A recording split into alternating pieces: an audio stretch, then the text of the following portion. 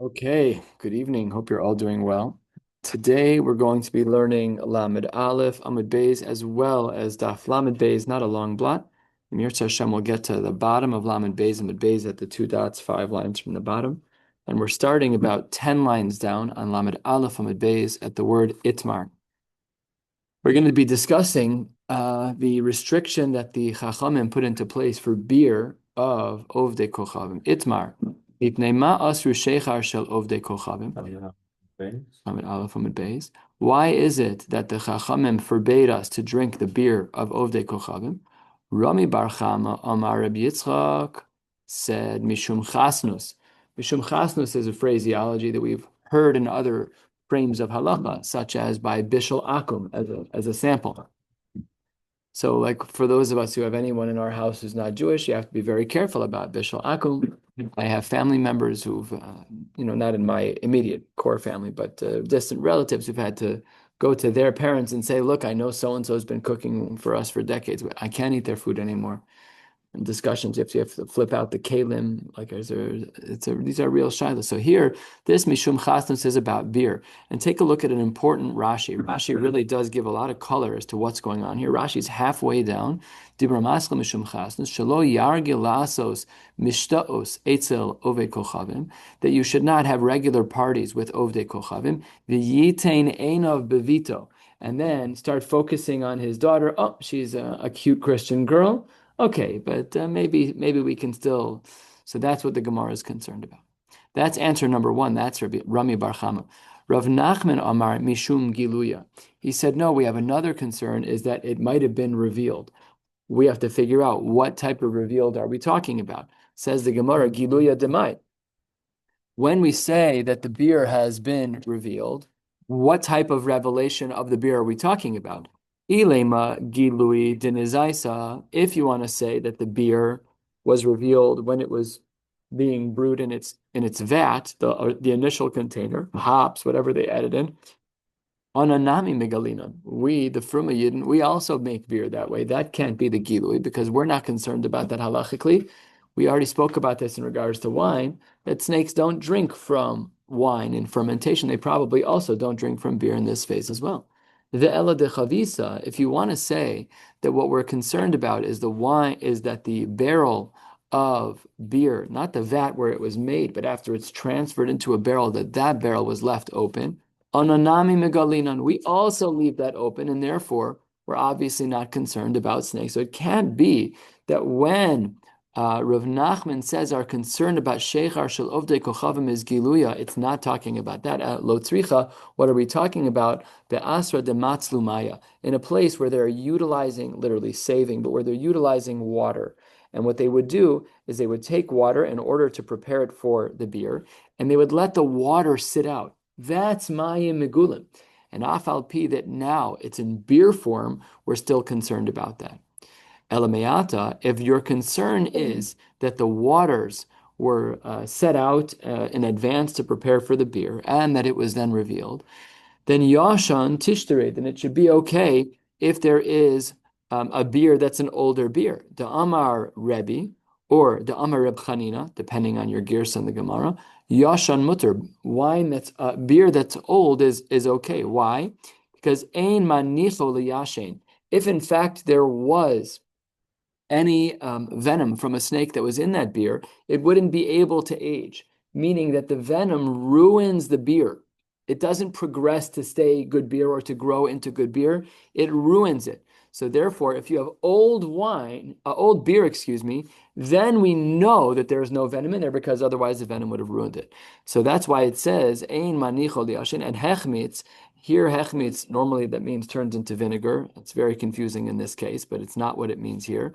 Hechmitz mutter, once the beer finishes fermenting, then mutter, because ein manicho lahachmitz. We also know that had there been venom, it would have stopped the process of fermenting, and therefore, if it still is fermenting, it must be that there was no snake venom. Why is all of this the case?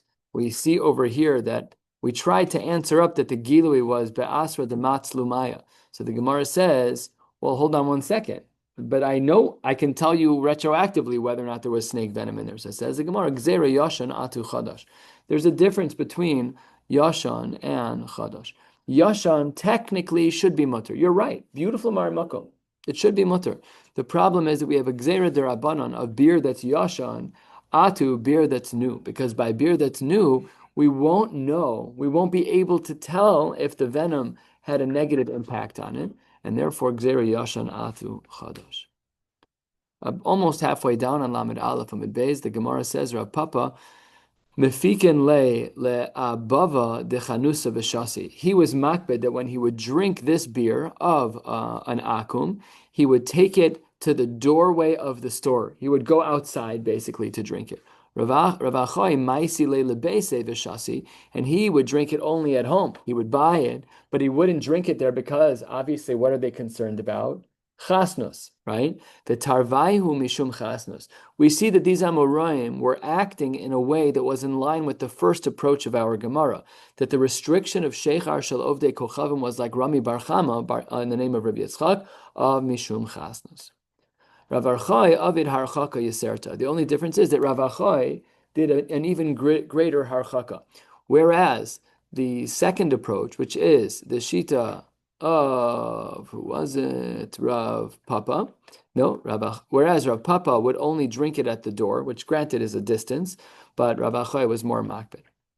Rav Shmuel Bar Bisna ekla le Margoan.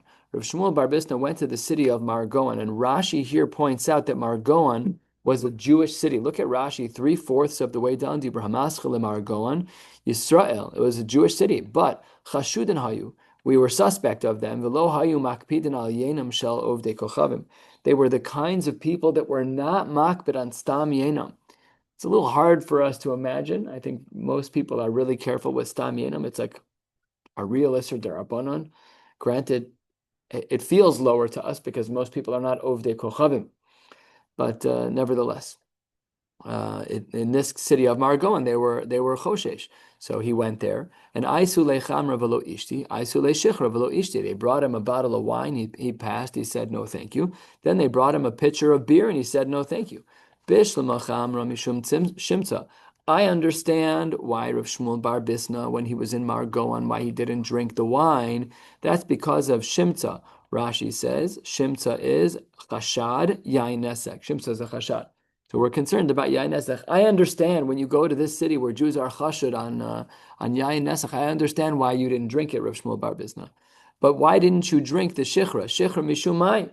So it says the Gemara, mishum shimtza de shimtza. Because of a double chashad, Rashi articulates the chashad. Rashi says, Dibur hamaschel shimtza de shimtza, gzera shichra atu chamra. That's a jump. That's a jump. So we don't even drink beer of a goy, because perhaps it had been mistreated in a similar way, although it's not really identical, but it is treated in a similar way as the beer, as the wine would have been. What's really unique about this is that the invalidation of the wine is yayin nesech, and the invalidation of the beer is mishum chasnos. The gzeras are not the same. So to tie them together is not a normal tie. Normally, we would say the gzera is of the same reasoning. Over here, we're not seeing that. They're for different reasons. Amar Rav, Hai Shichra de Arma Ashari. The beer of an Armenian is allowed. The Chia Bari lo nishti minei. But Chia, Rav's son, he would not drink it from him. Manavshach. So the Gemara says, wait, I don't understand, Rav. How could you say that the Shichra de Arma is shari, but that your son didn't drink it? Ishari, if the beer is permissible, Lekule Alma shari, then even your son should be permitted to drink it. And asir, and if in fact it's problematic, like Chia seems to think, then Lekule Alma asir. But what is this dancing at both weddings that Rav says it's mutter to drink the Shichra de Arma, and Rav Chia is not even willing? So says the Gemara, Ela Rav savar mishum giluya. Rav thought that the concern was because of Gilui. V'azil merura dikshusa v'kalile ziare. He thought that really it was regular Gilui, not like we said earlier. He breaks the Gemara. He says we're actually concerned about snake venom. But v'azil merura dikshusa, the bitterness of the hops will burn out. Literally, v'kali will burn le ziare, will burn up the venom. This is a difficult Gemara because it's in the face of our previous Gemara, which rejected the Havamina, that the reason why beer is problematic for a goy, from a goy, is that it's because of Gilui. We were not concerned about Gilui, not in the Nezaisa and the vat, and not in the Chavisa and the barrel. So Rav is totally flipping this sugya for us to say that really there is some concern about Gilui proper with beer. Now, this still doesn't fully answer the question, because if there was Merura de Kshusa and it burned away the venom, so then why can't everybody drink it? So says the Gemara that really Rav is explaining as follows: Udalaki, but his son Chia had an illness. Udalaki malki leitve. If someone was already sick, even though the bitterness of the hops is going to burn out a lot of the venom, but there's still something left over. And for a person who's sick, it will make them sicker. V'chia bari, hoil v'laki, lo nishtinei. So now here's the Gemara's conclusion, again, all within the camp of Rav, which deviates from our previous Gemara. That's why this one page is hours of work just to figure everything out. Rav was of the opinion that the concern of beer was gilui, not mishum chasnus, but rather mishum gilui, like we've been talking about, that a nachash might partake. Rav says it's mutter to drink the shechar de arma because he holds that the bitterness of the hops will burn out the venom of the snake. What about his son? Yeah, his son had medical issues. And if somebody has medical issues, afal pi, that the merura de kshusa, that the bitterness of the hops are going to erase the concerns of the venom, but it's not perfect, and therefore his son would not have. Amar Shmuel. Shmuel also adds, not only do snakes have venom, kol hashratzim yesh lahen eres. Even the shratzim, they have some type of venom, some type of poison in their bite. Shal nachash memis, with snakes, and this is of course not true with all snakes, but with snakes they kill, and not even all of them. We know that when a person's in the middle of Shmona Esrei, the Mishnah in Maseches Brachos says that you're not even supposed to break Shmona Esrei, ve'afilu nachash karuch ala kevav, even if there's a snake that's wrapped around your leg. So the Gemara in Brachos says, when is that true? When it's not a venomous snake. But if it is a venomous snake, a cobra, pashut, you break Shmona Esrei. Obviously, that should be the case. So here it says nachash. Maybe it's not every nachash. Not every nachash has a venom that's poison. Not every nachash is dangerous for humans. But in the Gemara's assertion over here, we're talking about nachashim that have a very, very deadly type of venom. So shall nachash memis, shall shratzim eino memis. Amar le Shmuel lechia bar Rab, bar Arya, or bar Uriah, according to some, which is a compliment. You are the enlightened one. Namely, you know a lot of Torah. Tava emalach milsa. So again, this is Shmuel talking to Chia about Rav. Ve'emalach milsa ma'al yasa da amar Rav avuch. Let me tell you something beautiful that your father said. These are the same people we were just talking about a moment ago. Rav was the father, Chia was the son. Shmuel was an equivalent, was an equal to Rav, and Shmuel knew a lot about Rav. After Rav passed away, Shmuel said to Chia, let me teach you something that your father said. Hachi amar avuch, 3 lines from the bottom. Hani armoi zukani dahavashasu giluya velo mesu. There were these bloated Armenians, and they would drink gilui, they would drink revealed wine, velo mesu, or revealed beer. Why did they not die? Because they ate other animals that had venom in them too. So chavil gufayu either means that their body was ruined, in that their body didn't respond to the poison like it normally would, or their body adjusted, which is probably in context how we would say it. They got used to it. So the venom wasn't as poisonous for them. They adjusted. I don't know how that works, I guess. And we have this with allergies. You can do minor exposures in small increments to improve. I don't know if we would do this with venom, with snake venom. I would imagine not. But that's what the Gemara is saying happened over here. They didn't die because they got used to it. Last few words on the page. Amar of Yosef, turning to the top of Lamed Beis and Aleph. Hi chala de shichra. This beer that turned a little sour, de arma, aser. De me'arve be durdia de yayin nesech. The reason why is because they would add in the sediment from yayin nesech. So really, the beer that you're looking at has an additive in it that is yayin nesech. Amar Rav Ashi, Ume otsar shari. However, if it was from an otsar, from a warehouse, that's allowed. Kevan dema'arvi be misra sari. Had it been that they added in the durdaya diyayin nesech misra sari, it would have ruined it. And because it was from the otsar, and clearly it wasn't ruined, so therefore no problem at all. Now let's talk about the next part of our Mishnah, V'cheres hadaryani. This is talking about certain pottery kalim, and we had said in our Mishnah that it's even aser behana, which is really interesting. These are just kalim. Why were they aser behana? So listen to this story, and this is a very, very powerful wine concentrate that we're about to learn about. My hadaryani. What does this mean, the pottery of hadaryani? So this looks a lot like one name, which is that of Hadrian. So let's take a look at the Gemara. Amar of Yehuda Amar Shmuel, Cheres shel Hadaryanus Caesar. This is pottery from the time of Hadrian, who was the Caesar at that time. Kiyasa Rav Dimi Amar, he said, Karka Besula Haisa. There was a part of Eretz Yisrael where the ground was completely fertile. It had never been planted. It had never been plowed. And Hadrian found it. Shalo Avda Adam Me'olam, from Sheshis and Breshis. I'm sure there's a percentage of the earth that's never been worked before.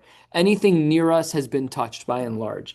Okay, if you go to the Amazon rainforest, there's going to be parts that we didn't touch, of course. I would imagine, honestly, percentage-wise, I'm sure there's a lot of earth that we haven't touched. But anything near us, basically, we've touched. He found a piece of property that was untouched. Avodah, he worked it, he tilled the land, made sure that it was ready to go, and he planted a vineyard v'nata. V'ramile lechamra begulfi chivri. And then he took the wine that was grown in that fertile ground, and he put it begulfi chivri, he put it into new containers. Umaitzi le lechamraihu. And the containers were porous. They absorbed into the body of the kli, of the cheres, the wine itself. And then it absorbed all the wine. So they put wine in the jug, and then there was no more wine in the jug because the walls absorbed it. Then they would each break off a piece of the pottery. The daru behadayu, they would travel with it. The cholhecha dematu, whenever they were ready to drink wine, taru lehu v'shasu, they would soak it in water, and the wine that was absorbed into the porous walls of the cheres would come back out into the liquid. Yeah, this is dry wine. You're able to portable. It was so absorptive that the pottery was able to absorb so much that they were able to then turn it into wine. Very, very strong wine. And Amar Rabbi Yeshua ben Levi on this note, V'rishon shalanu kishlishi shalahen. Our strong wine is like their third wine, meaning you draw it out a third time from the pottery. It was extremely strong wine. Our wine was not as good as their wine. The question was then raised, Mahu lismoch bahen kare hamita. Could we use, let's say, these pottery vessels as kare hamita? Rotze bekiyumo al yedei davar acher shari. Were we allowed to maintain this item that could have potentially had Avodah Zara in it? It would be tikrovas Avodah Zara. Would that be allowed? Oh, aser. Or was it not allowed? Let's see. So Tashma, the Gemara says, Rabbi Lazar Rabbi Yochanan chad asar v'chad shari.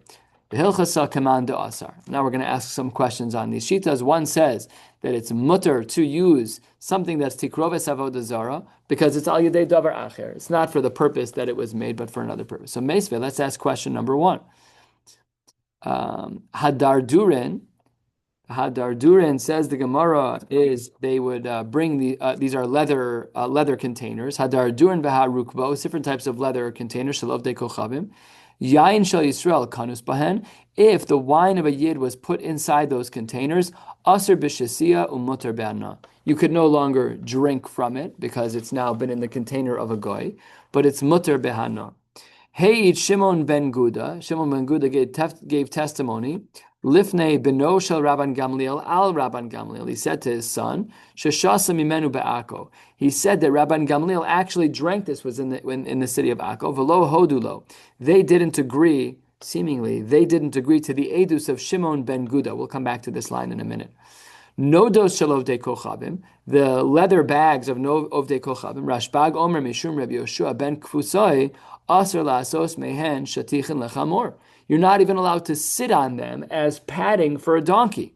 What does that show you? The hacha, in regards to the leather bags that were used for wine, we couldn't even sit on them for a saddle. So So here we see a beautiful Mare Makom, that we have these kalim that are treated as an Isser Derabanan of Stam Yena, but potentially even worse. They could even be Asr Ba'ana. But here what you're doing is you're not using them for their Iker purpose. You're using them, you're Rotze B'kiyumo Yedei Davar Acher. So we see over here that Rabban Gamliel held that it was Asr. If that's true, then how could it be that one of the Amoraim would say that it's Mutter? Says the Gemara, Ula Ta'ameich, according to you, Kankanim shel Ovdei Kochavim litzur lemizban. The regular cans that were used of Ovdei Kochavim, we should have said they're usr. We don't know this from here, but they're not usr. Kankanim are allowed. The leather bags, the nodos are not allowed, but the kankanim are allowed. Ma'ishna nodosu, ma'ishna kankanim. The Gemara says, what's the difference between the two that you would want to say that it's usr to use the leather bags to sit on the animal, but it's mutter to use the kankanim? So says the Gemara, 2 lines into the wide lines, 8 lines from the bottom of the page. Amar Rava, Gzeira Shema Yibakan Nodo. When we're talking about the leather pouches, leather can be perforated, leather can have a leak in it. If one of the leather pouches broke, you can take another piece of leather and stitch it in. That's why we're more concerned about the node. The kankanim don't crack. The node is made out of leather. Leather can crack to the point of leaking. But what does the Shita who holds that you're definitely not allowed to use it? What about the kankanim of a goy? There we see we are allowed to use that. So says the Gemara, Amar Lach Hasam Leisi Leisura Be'ene. There, by the kankanim, the kankanim, I would think of them as something that just doesn't absorb at all, like metal or glass. Glass, most likely, the glass doesn't really absorb anything. But hacha, in our case, isei leisura be'ene. But here, in the case that we're talking about, those are really problematic cases where you can see the absorption into the leather, and therefore those cases are not the same. What was the language of Velo Hodulo? We had said earlier that Shimon ben Guda brought testimony before the son of Rabban Gamliel that he drank from something that we all thought would have been usr. So says the Gemara, Urmini, how can you say that he is not allowed to drink this? How can you say that he is allowed to drink this? Yain haba berukvo shel ovdei kochavim aser b'shesiyum moter behana. And hey, Shimon ben Guda lifnei benosha Rabban Gamliel al Rabban Gamliel sheshasim menu be'akov hodulo. So here we see the opposite. Before it said velo hodulo, and here it says hodulo. How do we understand this? So says the Gemara, my lo hodulo. What does it mean in the Bryce above when it says the hodulo de Kamar Hasan, that it says above? Kol siato aval beno modile. Nobody else agreed with the testimony of what was his name? The person with the last name of Guda. It was Shimon ben Guda. Thank you. Aval beno modile. His son knew that it was true that he drank from it. Some say a second possible answer. There were 2 different Gudas. One was Guda with an aleph, Guda lechud, Guda lechud, Guda with an ayin was another person, so you can't compare the 2 testimonies.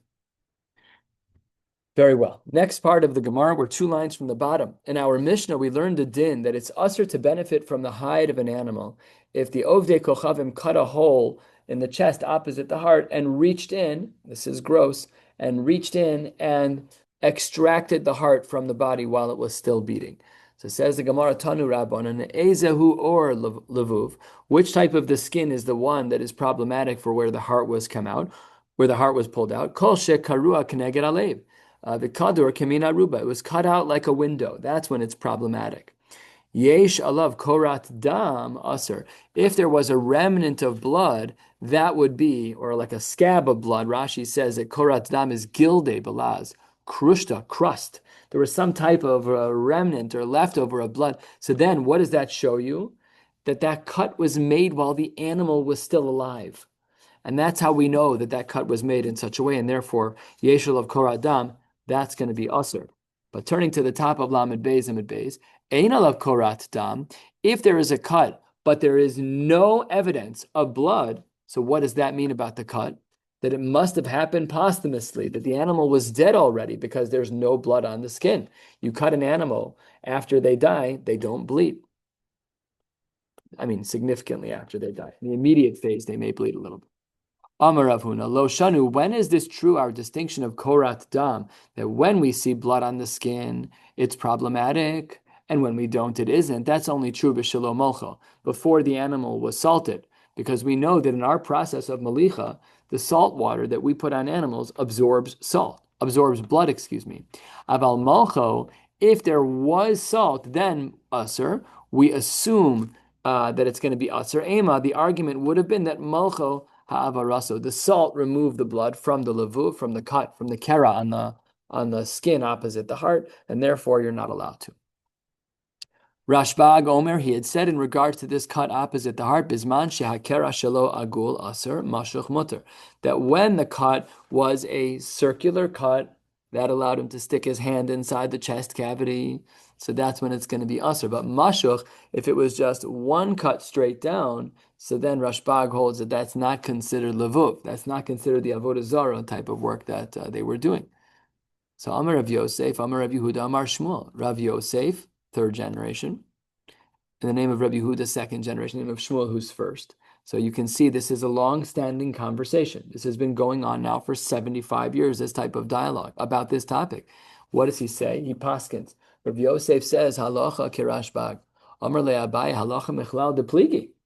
What are you piping up and saying anything for? If you're saying that the halacha is like Rashbag, by definition, that means that there's a Baal Plugta. So who's arguing? Says the Gemara, Amar le, my nafka mina. What do you care? The halacha is like Rav Shimon ben Gamliel. Who cares?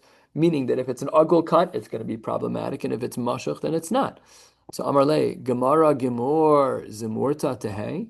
Do you think learning our traditions is like writing a song? This isn't a game. Just say what you mean. If you're saying that it's halacha, therefore don't say anything otherwise. This isn't some kind of game. So we've seen this line before in a number of places in Shas. It's a rhetorical question. Rashi says bitnia. Bitnia. It's a little bit of a difficult answer. Rashi, bitmia, Abaye talmido shel Rav Yosef, v'kol amar le atam elamdenu lomar halacha kamo. So if it's a hey kezemer be'alma di'i ein cholken halacha lamali. So Abaye was the one who was pushing back. Therefore, now you can see this is a 4-generation conversation. Rav Yosef was the one who said the halacha is like Rashbag, who quoted it in the name of Shmuel, of Rabbi Huda, who quoted in the name of Shmuel. And then the 4th generation, Abai is like Rebbe, Shlita. What's going on here? Why are we even talking about this? Of course the halacha is like Rashbag. And the Gemara leaves it like this. We don't know why Rav Yosef brought up the fact that the halacha is like Rav Shimon ben Gamliel. By the way, what we didn't discuss in the previous guy I meant to mention is, can we drink beer from goy? Because that was what the sugya was. And it seems that we are concerned according to Mishum Chasnos. So we have to figure out what that means. Does that mean I just can't drink beer with a goy? Am I not allowed to drink beer with a goy? So we have to learn the sugya to see what the applications are. But the concern of Chasnos is a real concern. We're a third of the way down on Lamed Beis and Beis, heading to 4 lines from the bottom. Let's continue. Basar hanichnas la'avodas kochavim mutter. If there's kosher meat that's on its way into a base avodah zara, that's mutter because they haven't done any work on that yet, and therefore it's not yet problematic. Mantana, who's the author that says that? Amar of Chia bar Abba, Amar of Yochanan. Well, it's certainly Deloka Rabbi Elazar. Dik Rabbi Elazar, Amar stamach shevas avodas kochavim le'avodas kochavim. Even on the way in, a guy who's a Baal Oved Kochavim who's holding meat from Jewel, it doesn't matter if it has the OU logo on it. This guy, he was Menasech in his head. He said it's for Avodas Kochavim. That machshava is going to be problematic. Then we had said v'hayotze aser, that meat that comes out of a base Avodah Zara, even with that OU logo, doesn't matter.